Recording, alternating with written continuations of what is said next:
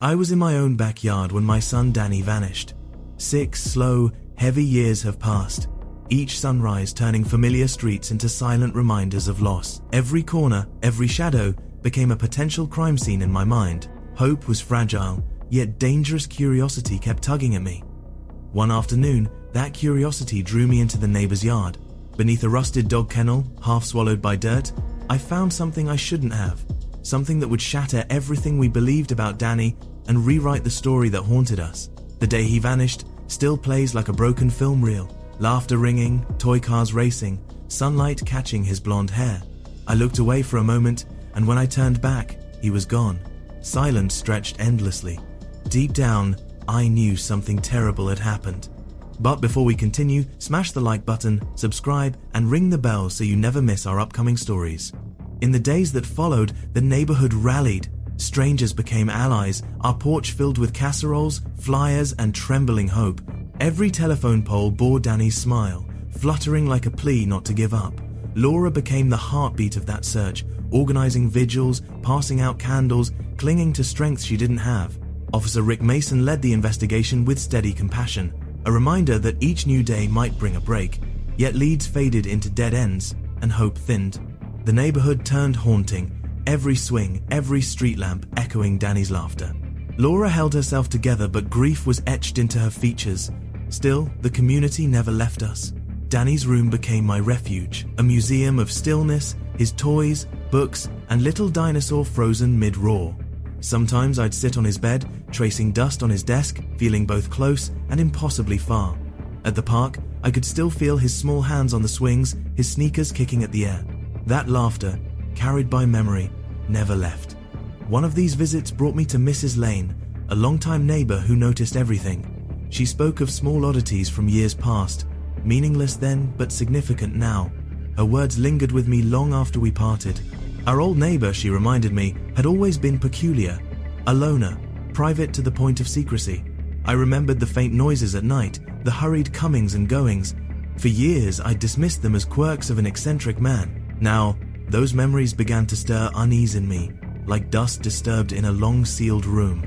Soon, my evenings were spent staring at the empty lot where his house once stood. It was nothing more than overgrown weeds and remnants of foundation now, but to me, it pulsed with possibility. Something about that space refused to let me go. The idea that it might still hold answers gnawed at the edges of my sanity. Laura noticed my fixation. At dinner, I'd find myself mumbling about missing pieces, about something vital that didn't add up. She'd listen quietly, her hand brushing mine across the table, a silent understanding passing between us. So, I began asking around again. Old neighbors, new faces, anyone who might remember something I didn't. Most conversations led nowhere, just foggy recollections and half-forgotten details. But together, they started to sketch a faint picture. Rick Mason showed up one afternoon, his uniform slightly faded from years on the job. He'd heard I was stirring things up again. His tone carried more compassion than reprimand. He cautioned me to tread carefully, but didn't tell me to stop. There was something in his eyes, a quiet acknowledgement that sometimes it's the desperate who uncover the truth. That night, under a pale moon, I slipped through the fence and entered the old lot. The air felt heavier there, as if holding its breath. My flashlight beam cut through the weeds, revealing nothing but dirt, stones, and silence. Then, near where the neighbor's dog used to roam, I noticed an uneven patch of ground. The soil looked disturbed, not recently, but enough to stir my instincts. The next day, spade in hand, I dug. The earth gave way easily, as if it too had been waiting to release its secrets. I found scraps of wood, metal fragments, and small indistinguishable objects, relics of a life once lived there. None of it seemed connected to Danny, but the process itself pulled me deeper into a trance of purpose. Back home, my nights became research marathons. Old maps of the neighborhood, property records, even archived renovation permits spread across our kitchen table. Laura watched me work with quiet worry, offering coffee and cautious encouragement. She didn't need to ask why. I think she knew this search wasn't just about answers anymore. It was about finding peace in motion. It was past midnight when I found it, the records of a basement remodel done by that neighbor years before Danny disappeared. A renovation completed under unusual secrecy with no building inspection logged. Why remodel a space and never use it? The question echoed through my head. Days blurred into weeks. Officer Mason stopped by again, drawn by the same curiosity that consumed me. His updates were cautious but promising, unexplained inconsistencies in old statements, gaps in the timeline that now seemed glaring. Together, we began unearthing forgotten details. It was like peeling back the layers of a painting, revealing a darker image beneath. Between the digging and endless research, Laura held our lives together. She made sure we ate, rested, and didn't lose ourselves completely. Her steady voice kept me from slipping too far into the dark. Grief had changed us, but she reminded me it hadn't erased who we were. Then, one afternoon, curiosity became discovery. I was in the yard again, near the old kennel, clearing debris when my hand struck something solid beneath the dirt, a dull thud like plastic.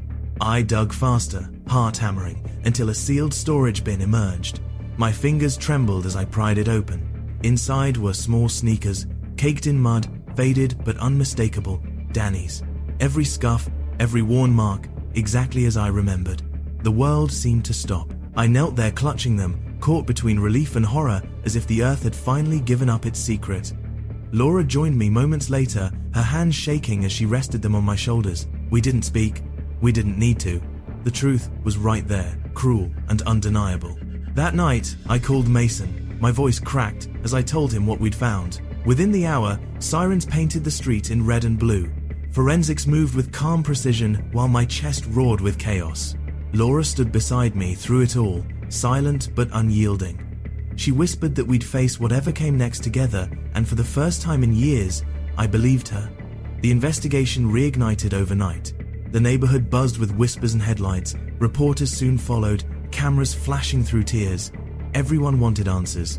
And deep down I knew we were finally standing on the edge of the truth, the one buried beneath our feet all along, waiting to be unearthed. The days that followed blurred into a haze of motion and exhaustion. Police tape fluttered in the wind like something newly alive, while the media swarmed our quiet street with cameras and questions. Neighbors watched from behind blinds, whispering. What had once been a forgotten tragedy was suddenly alive again, and we were at its center. Danny's small mud-caked shoes became the focus. They were evidence now photographed, tagged, sealed away, but to me, they were a message, a fragment of his story left behind for reasons I couldn't yet grasp. Each photo the investigators took felt like both a violation and a mercy, proof that he'd been there, and that maybe the story wasn't over. Mason stayed close. His calm never wavered, but the unease in his eyes betrayed him. He knew, as I did, that what we'd found wasn't closure, it was the beginning of something darker. Laura drifted between numbness and quiet grief. Sometimes I'd see her sitting by Danny's window, morning light washing her face pale. She didn't cry anymore, not where others could see. Our silence had become its own language. Forensic teams combed the yard for days. They found other items, metal fragments, old tools, a set of rusted keys half buried in the mud. None of it made sense, but none of it was random either. Each new discovery deepened the unease. At night, when the cameras finally left and the noise died down, I'd stand by the window and stare at the taped-off yard glowing beneath the streetlight. It looked like a wound stitched too late. I couldn't stop thinking about our old neighbor, the man who used to wave while walking his dog, who vanished not long after Danny did. His face was fading from memory, but his presence loomed larger than ever. The next morning, Mason returned with new information. They'd found gaps in the old files, statements that didn't match, records of renovations made to that neighbor's house just before Danny disappeared.